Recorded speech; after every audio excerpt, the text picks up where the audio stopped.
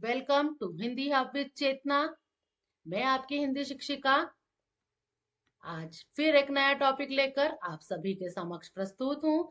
जैसा कि आप स्क्रीन पर देख सकते हैं, आज का हमारा नया टॉपिक है पत्र लेखन, जिसके अंतर्गत हम औपचारिक और अनौपचारिक दो टॉपिक कवर करेंगे, जो कक्षा 6 से कक्षा 10 के पाठ्यक्रम में दिया गया है। तो पत्र लेखन क्या होता है, आइए जानते हैं।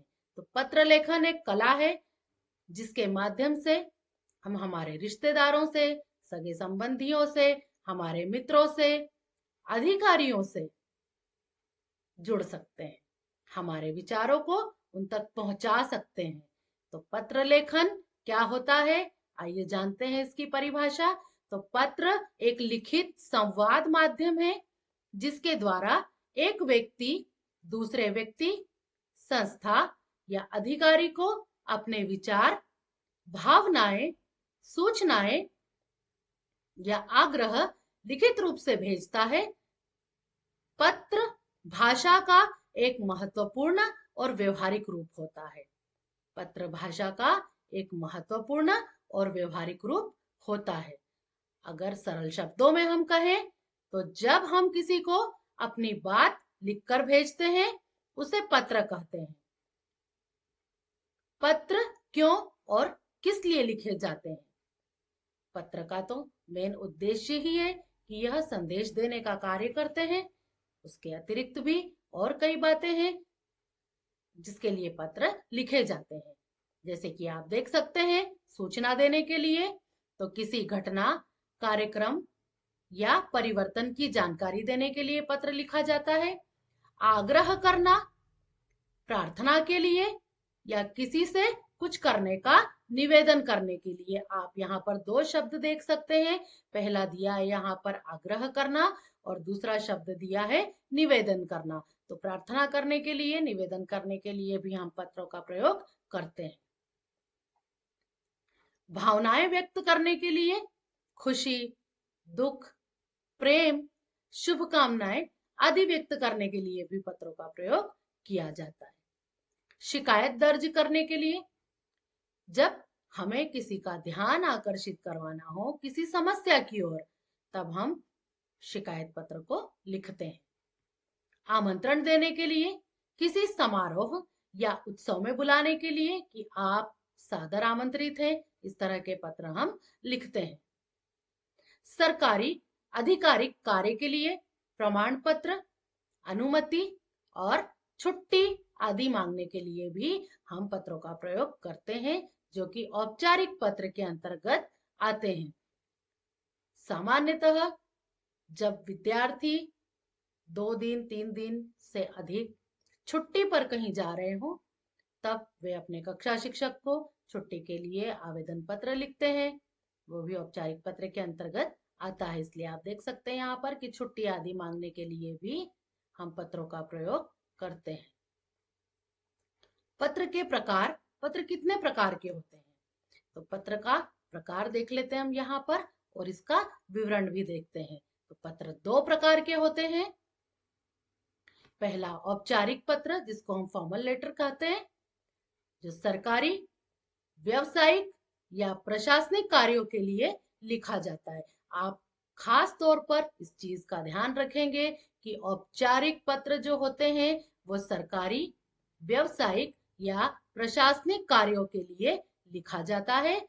इसमें भाषा शिष्ट, स्पष्ट और औपचारिक होती है। मीन्स सिंपल सी बात है कि औपचारिक पत्र हम उन व्यक्तियों को लिखते हैं जिनसे हमारा कोई रिश्ता नहीं होता, जिनसे हमारा कोई पारिवारिक संबंध नहीं होता, वो औपचारिक पत्र की कैटेगरी में आते हैं। अब अनौपचारिक पत्र, अनौपचारिक पत्र को हम इनफॉर्मल लेटर कहते हैं। परिवार, मित्रों, रिश्तेदारों को लिखा जाता है। इसमें भाषा सरल, स्नेहपूर्ण और भावनात्मक होती है। मीन्स ऐसे पत्र जो परिवार वालों को, मित्रों को, रिश्तेदारों को लिखा जाता है, वह अनौपचारिक पत्र कहलाता है। तो इन दोनों को आप भली भांति ध्यान रखेंगे। औपचारिक पत्र, जिसको हम ऑफिशियल लेटर भी कहते हैं, अनौपचारिक पत्र जो हमारे रिश्तेदारों को लिखा जाता है, हमारे मित्रों को, परिवार वालों को लिखा जाता है। इसमें भाषा स्नेहपूर्ण और भावनात्मक, इन पत्रों से हमारी भावनाएं जुड़ी होती है। औपचारिक पत्र, औपचारिक पत्र की परिभाषा देख लेते हैं।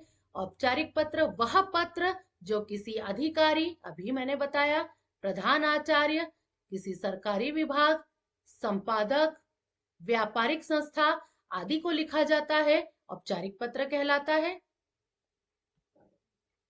औपचारिक पत्र की मुख्य विशेषताएं, इसकी विशेषताएं देख लेते हैं। इसकी मुख्य विशेषताएं क्या है? तो इसमें भाषा कैसी होनी चाहिए? शिष्ट, औपचारिक और स्पष्ट होनी चाहिए। मीन्स आप जो लिख रहे हैं वो एकदम पढ़ने वाले को समझ में आना चाहिए। बातों को घुमा फिराकर उसमें लिखने की आवश्यकता नहीं होती। व्यक्तिगत भावनाओं का उपयोग नहीं किया जाता। जब हम पत्र लिखते हैं तो पत्र में, औपचारिक पत्र में व्यक्तिगत भावनाओं का उपयोग नहीं होता। विषय और सब्जेक्ट स्पष्ट रूप से लिखा जाना चाहिए। मीन्स आप पत्र क्यों लिख रहे हैं, जब हम विषय के अंतर्गत उस लाइन को दर्शाते हैं तो वह स्पष्ट होना चाहिए कि आपका विषय क्या है, आपने छुट्टी क्यों ली है, आपने पत्र क्यों लिखा है, उसका कारण क्या है। पत्र की संरचना लिखित और क्रमबद्ध होती है। मीन्स पत्र जो लिखा जाता है वो संरचना होती है, उसकी निश्चित होती है, वह क्रमबद्ध होता है। सारी चीजें उसमें क्रम से आती है। पहले हमने क्यों लिखा, किस लिए लिखा, क्यों जरूरत है उसकी, वो सारी चीजें इसमें आएगी। और सबसे बड़ी बात कि जब हम पत्र शुरू करते हैं तो सबसे पहले बाईं ओर लिखा जाता है सेवा में। इस चीज का आप ध्यान रखेंगे कि सबसे पहले बाईं ओर हम सेवा में लिखते हैं। मीन्स मैं बच्चों को बोर्ड पर भी बताती हूँ कि जब भी हम पत्र लिखते हैं आप एक लाइन से शुरू कीजिए। एक जो लाइन होती है हमारी कॉपी की, जो सिंगल लाइन होती है, वहां से शुरू करेंगे। सबसे ऊपर टॉप लाइन पे यहाँ पे हम लिखेंगे सेवा में। देखिए मैं बताने का और लिखने का प्रयास तो कर रही हूँ। यहाँ पर हम लिखेंगे, सबसे ऊपर की तरफ हम लिखेंगे सेवा में।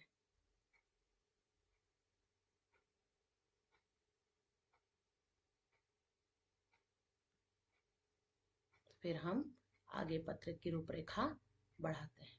चलिए, उसके बाद पत्र के अंत में भवदीय और भवदिया लिखते हैं। इस बात का आप ध्यान रखेंगे। अभी मैं आपको इसका पूरा प्रारूप समझाऊंगी।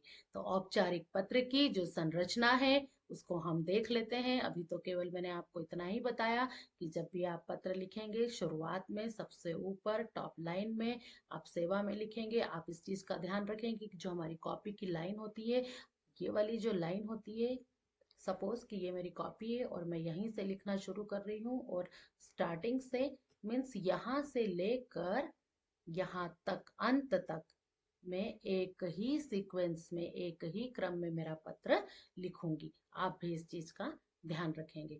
औपचारिक पत्र की संरचना देखते हैं।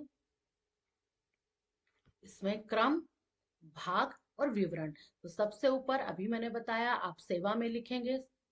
उसके बाद लिखेंगे प्राप्तकर्ता का पद और पता। अब आप पत्र किनको भेज रहे हैं, आप उनका पद लिखेंगे। मान लीजिए आप प्राचार्य को पत्र लिख रहे हैं, उसमें आप लिखेंगे श्रीमती प्रधानाचार्य महोदया, उनका पद हो गया और उसका उनका पता हो गया। तो हम यहाँ पर पता भी लिखेंगे। तो अगर आप अपने विद्यालय में लिख रहे हैं तो आप अपने विद्यालय का नाम लिखेंगे वहां पर। फिर लिखते हैं बाईं ओर ऊपर की तरफ दिनांक, जो कि सबसे ज्यादा जरूरी है। दिनांक का विवरण किया हमने। उसके बाद हम आगे बढ़ते हैं। विषय, हमारा विषय क्या है पत्र लिखने का, जो कि एक पंक्ति में लिखा जाना चाहिए, स्पष्ट होना चाहिए। संबोधन, अब जब भी हम औपचारिक पत्र लिखते हैं तो पत्र लिखने से पहले हम जिसे संबोधित कर रहे हैं वो कैसे शब्द होना चाहिए, आप देख सकते हैं सम्मान सूचक शब्दों का प्रयोग हमने यहाँ पर किया है। महोदय, महोदया, श्रीमान आदि शब्दों का हमको प्रयोग करना चाहिए। इसका मुख्य भाग सविनय निवेदन है कि, जिसको हम कहते हैं बॉडी, लेटर की बॉडी कैसी होनी चाहिए, तो सविनय निवेदन है कि, और 2 से 3 अनुच्छेद इसमें आना चाहिए। मीन्स आप इसमें बहुत ज्यादा भी बढ़ा चढ़ाकर नहीं लिखेंगे, केवल 2 लाइन, 4 लाइन, 6 लाइन काफी है। समापन, अतः आपसे विनम्र निवेदन है कि आप इस चीज को जरूर ध्यान रखेंगे कि जब भी आप पत्र लिखते हैं उसमें आप किसी से निवेदन कर रहे हैं, ऐसी भावना आपकी पत्र लिखने में होनी चाहिए, और यही भावना जब पत्र पढ़ रहा है पाठक, उसके मन में भी होनी चाहिए कि आप उनसे निवेदन कर रहे हैं। कोई भी चीज उसमें ऑर्डर फॉर्म में नहीं लिखी जानी चाहिए। हस्ताक्षर, आप अपना नाम लिखेंगे, अंत में भवदीय लिखेंगे, भवदिया लिखेंगे, अपना नाम लिखेंगे, अपनी कक्षा लिखेंगे, और फिर आगे बढ़ते हैं। आप यहाँ पर देख सकते हैं, मैंने एक औपचारिक पत्र का उदाहरण ले रखा है। जैसे कि सबसे ऊपर टॉप लाइन में अभी मैंने आपको बताया कि हम लिखेंगे सेवा में, फिर श्रीमान प्रधानाचार्य महोदया, और जिसका पद और पता दोनों ही यहाँ पर दिया गया है। तो श्रीमान प्रधानाचार्य महोदया, केंद्रीय विद्यालय नई दिल्ली, यहाँ पर आप देख सकते हैं दिनांक दी गई है। विषय, विषय एक पंक्ति में दिया गया है। विद्यालय पुस्तकालय में हिंदी मासिक पत्रिकाओं की उपलब्धता हेतु। मीन्स आज का यही हमारा टॉपिक है पत्र का, कि विद्यालय में जो पुस्तकालय है वहां पर हिंदी की मासिक पत्रिकाओं की उपलब्धता हमें चाहिए। महोदय, देखिए सम्मान सूचक शब्दों का हमने यहाँ पर प्रयोग किया है, आप देख सकते हैं महोदय। फिर सविनय निवेदन है कि मैं आपके विद्यालय की कक्षा 10वीं का छात्र हूं। हम सभी छात्र छात्राएं हिंदी विषय में रुचि रखते हैं और पत्रिकाएं पढ़कर अपनी हिंदी को और अधिक समृद्ध, सुदृढ़ बनाना चाहते हैं। परंतु यह खेद का विषय है कि हमारे विद्यालय में पुस्तकालय में हिंदी मासिक पत्रिकाओं की अत्यंत कमी है। जैसे कि अब आपको कौन कौन सी पुस्तक चाहिए उसमें, तो यहाँ पर पुस्तकों के नाम भी दिए हैं। बाल भारती, चंपक, नंदन जैसी पुस्तक पत्रिकाएं उपलब्ध नहीं है। फिर नेक्स्ट लाइन में हम आते हैं, जैसे कि अभी बताया गया आपको कि आपसे विनम्र निवेदन है कि, आप निवेदन कर रहे हैं, इस चीज का ध्यान रखेंगे। पुस्तकालय में कम से कम 4-5 प्रमुख हिंदी मासिक पत्रिकाएं मंगवाने की कृपा करें। इससे छात्रों में पठन पाठन की रुचि बढ़ेगी और हिंदी भाषा का विकास होगा। और अंत में यहाँ पर आप अपना नाम लिखेंगे, अपनी कक्षा लिखेंगे, जैसे कि आपकी आज्ञाकारिणी, यहाँ पे आपका नाम है, यहाँ पर आपकी कक्षा है और अनुक्रमांक है। बच्चों, जब भी आप पत्र लिखते हैं, कक्षा 10 के पाठ्यक्रम में है औपचारिक पत्र, बच्चे बहुत अच्छा लिखते हैं, लेकिन लिखते समय आपको एक चीज ध्यान रखनी चाहिए कि सबसे ऊपर आपको वहां परीक्षा भवन लिखना चाहिए। अब कई बच्चे बार बार पूछते हैं, मैम परीक्षा भवन लिखना क्यों जरूरी है? तो मैं बच्चों से बार बार कहती हूँ कि परीक्षा भवन लिखना इसलिए जरूरी है ताकि जब हम पत्र लिखें तो उसका उसकी हमारे नाम की गोपनीयता को छुपाया जा सके।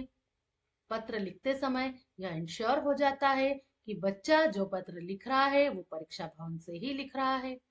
तो इस चीज का आपको ध्यान रखना है कि आप जब परीक्षा में हैं, परीक्षा भवन में हैं, आप पत्र लिख रहे हैं, तो यहाँ पर आप लिखेंगे परीक्षा भवन, फिर आप लिखेंगे सेवा में, फिर आप लिखेंगे पद और पता, फिर आप अंत में लिखेंगे दिनांक, दिनांक के बाद आप लिखेंगे विषय, विषय के बाद बॉडी, बॉडी के बाद संबोधन या पत्र भेजने वाले से रिश्ता, पत्र क्यों भेज रहे हैं, किसको भेज रहे हैं, वो चीज आपको यहाँ पर लिखनी पड़ेगी, भवदीय, भवदिया, और फिर इस प्रकार से आप अपने पत्र का समापन करेंगे। तो इन चीजों का आप ध्यान रखेंगे। एक और मैंने उदाहरण दिया है पत्र का, आप देख सकते हैं यहाँ पर, ये देखिए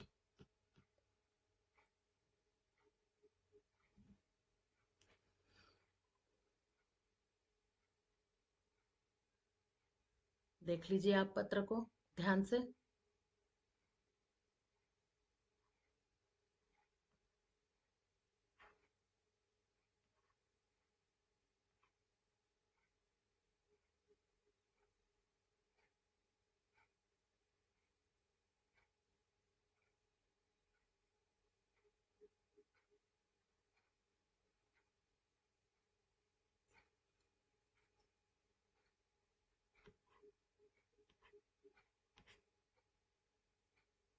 तो ऐसे उम्मीद करती हूँ कि आपको औपचारिक पत्र समझ में आया होगा। तो बढ़ते हैं नए टॉपिक की ओर, जो आप देख सकते हैं स्क्रीन पर, अनौपचारिक पत्र। अनौपचारिक पत्र परिभाषा: वह पत्र जो अपने मित्रों, परिवारजनों, रिश्तेदारों जैसे माता पिता, भाई बहन, चाचा चाची, बुआ, फूफा, नाना नानी आदि को लिखा जाता है, अनौपचारिक पत्र का कहा जाता है। अब अनौपचारिक पत्र मैंने आपको शुरू में भी बताया कि ऐसे पत्र जिनको लिखते हैं, जिनसे हमारी कोई पारिवारिक संबंध होते हैं, उन्हीं को हम अनौपचारिक पत्र लिखते हैं। तो अनौपचारिक पत्र की प्रमुख विशेषताएं: इसकी भाषा कैसी होनी चाहिए? एकदम सरल होनी चाहिए, स्नेहपूर्ण होनी चाहिए और भावनात्मक होती है। पत्र में अपनापन होता है और प्रेम झलकता है। जैसे सेवा में नहीं लिखा जाता, यहाँ पर आदर सूचक, सम्मान सूचक शब्दों का प्रयोग किया जाता है, लेकिन वही शब्द फिर बदल जाते हैं। जैसे वहां पर हमने माननीय लिखा था, तो यहाँ पर हम पूजनीय लिखेंगे। जब भी हम हमसे बड़ों को पत्र लिखते हैं तो पूजनीय, आदरणीय, सम्माननीय आदि शब्दों का प्रयोग करते हैं। पत्र के अंत में तुम्हारा, तुम्हारी, आपका और आपकी जैसे शब्द भी लिखते हैं। जैसे तुम्हारा भतीजा, आपका भतीजा, आपकी बहन, आपकी मित्र आदि शब्द लिखते हैं। विषय, सब्जेक्ट लिखना आवश्यक नहीं होता। जैसे कि हम औपचारिक पत्र में विषय स्पष्ट लिखते हैं कि हमारा विषय क्या है, लेकिन जब हम अनौपचारिक पत्र लिखते हैं तो उसमें हमें विषय नहीं लिखना पड़ता है, लेकिन कुछ हमें जानकारियों की कमी होती है, इस वजह से भी हम उसमें विषय लिख देते हैं। खासकर मैं छोटे बच्चों की बात कर रही हूँ। तो आइए हम इसकी संरचना रचना देख लेते हैं कि स्थान व दिनांक दाईं ओर ऊपर लिखा जाता है। जब भी इसमें स्थान लिखा जाता है, स्थान और दिनांक, स्थान या दिनांक से आप यहाँ पर समझ सकते हैं कि प्रेषक का पता होता है। यहाँ पर मीन्स भेजने वाले का नाम और पता यहाँ पर लिखा जाता है सबसे ऊपर, उसको हम प्रेषक कहते हैं। संबोधन, अभिवादन, संबोधन में प्रिय, पूजनीय, आदरणीय और फिर उनका नाम। जैसे आदरणीय बुआ, प्रिय भाई, प्रिय बहन। अभिवादन, छोटे हैं तो नमस्ते करेंगे, बड़े हैं तो प्रणाम करेंगे, सादर नमस्कार करेंगे, इस तरह के शब्दों का हम प्रयोग करेंगे। मुख्य भाग, हाल चाल, मुख्य बात, भावनाएं, इसमें भी हम 2 से 3 अनुच्छेद लिखेंगे। इसमें भी हम हाल चाल पूछते हैं, आप कैसे हैं, क्वेश्चन मार्क। उम्मीद करती हूँ कि आप ठीक होंगे, हम लोग भी सब यहाँ पर ठीक है। और फिर हम हालचाल पूछते हैं, हमारी मुख्य बात लिखते हैं। उसमें मुख्य बात का मतलब है कि आपने पत्र क्यों लिखा है, उसका मुख्य विषय क्या है, हम वो यहाँ पर ऐड करते हैं। समापन, समापन में लिखेंगे पत्र का उद्देश्य। जब हम पत्र को समाप्त करने की ओर आते हैं तो उसमें हम पत्र का उद्देश्य लिखते हैं कि हमने किस उद्देश्य से पत्र लिखा था। जैसे कि बुआ, आपको बताते हुए अत्यंत खुशी हो रही है कि अगले महीने राखी आ रही है और मैंने आपको राखी पर बुलाने के लिए, आमंत्रित करने के लिए पत्र लिखा है। तो ये हमारे पत्र का उद्देश्य है कि हम हमारी बुआ को हमारे घर राखी पर बुला रहे हैं। फिर अंत में हमारा नाम आएगा, हमारे हस्ताक्षर आएंगे और आपका प्रिय भांजा, प्रिय भतीजा, और फिर आप अपना नाम लिख देंगे। इस तरह से आप पत्रों का समापन करेंगे। उदाहरण देखिए, उदाहरण भी यहीं पे आ गया कि बुआ को रक्षाबंधन पर घर आमंत्रित करने हेतु। आप देख सकते हैं एक उदाहरण, सबसे ऊपर हमारा एड्रेस मीन्स प्रेषक का पता, दिनांक, सम्मान सूचक शब्द, बुआ, फिर प्रणाम, और फिर यहाँ पर हम हालचाल पूछते हैं। हालचाल पूछने के बाद हम पत्र का उद्देश्य पूरा करते हैं कि हमने पत्र क्यों लिखा है, देख सकते हैं।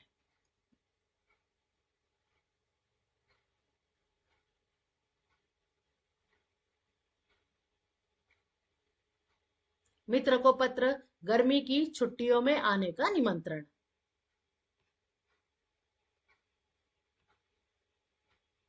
दोनों उदाहरण बहुत ही अच्छे हैं।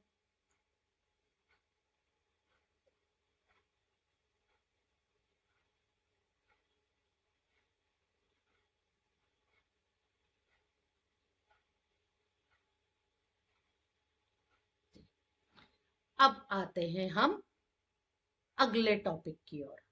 टॉपिक में सबसे ज्यादा जो चीज हमें कंफ्यूज करती है वो यही है कि कहाँ पर हमें क्या लिखना है। पत्र तो लिखते हैं पर दोनों पत्र कब मिक्स हो जाते हैं, कब मर्ज हो जाते हैं, हमें पता ही नहीं चलता।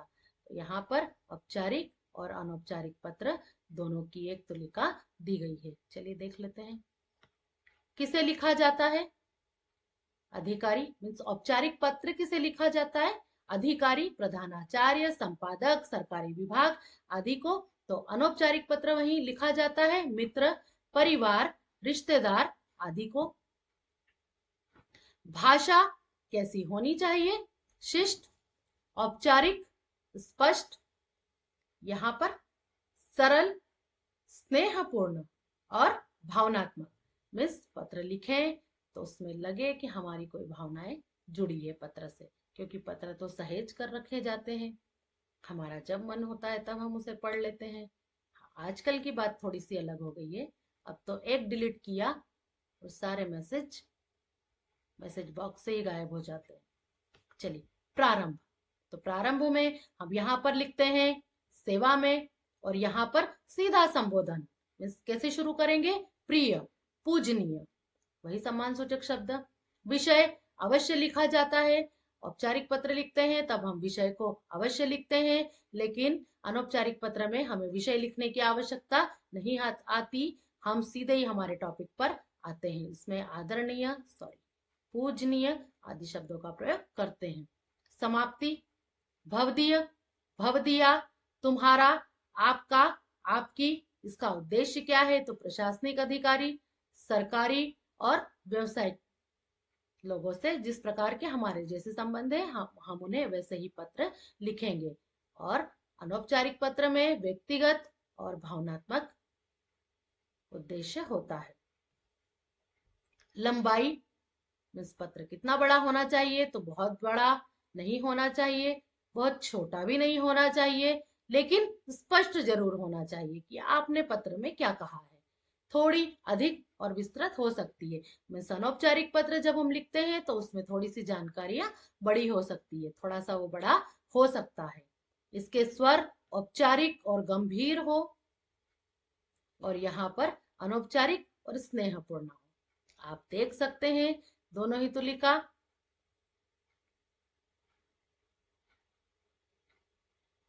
अब सबसे इंपॉर्टेंट बात जो है हमारी कि परीक्षा में अधिकतम अंक पाने के लिए हमें क्या करना चाहिए।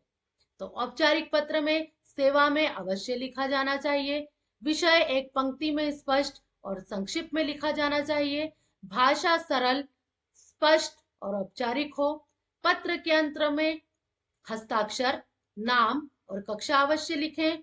शब्द सीमा 80 से 100 शब्दों के बीच रखें। अनौपचारिक पत्र में भावनाओं को स्नेहपूर्वक व्यक्त करें। वर्तनी और व्याकरण की गलतियों से बचें।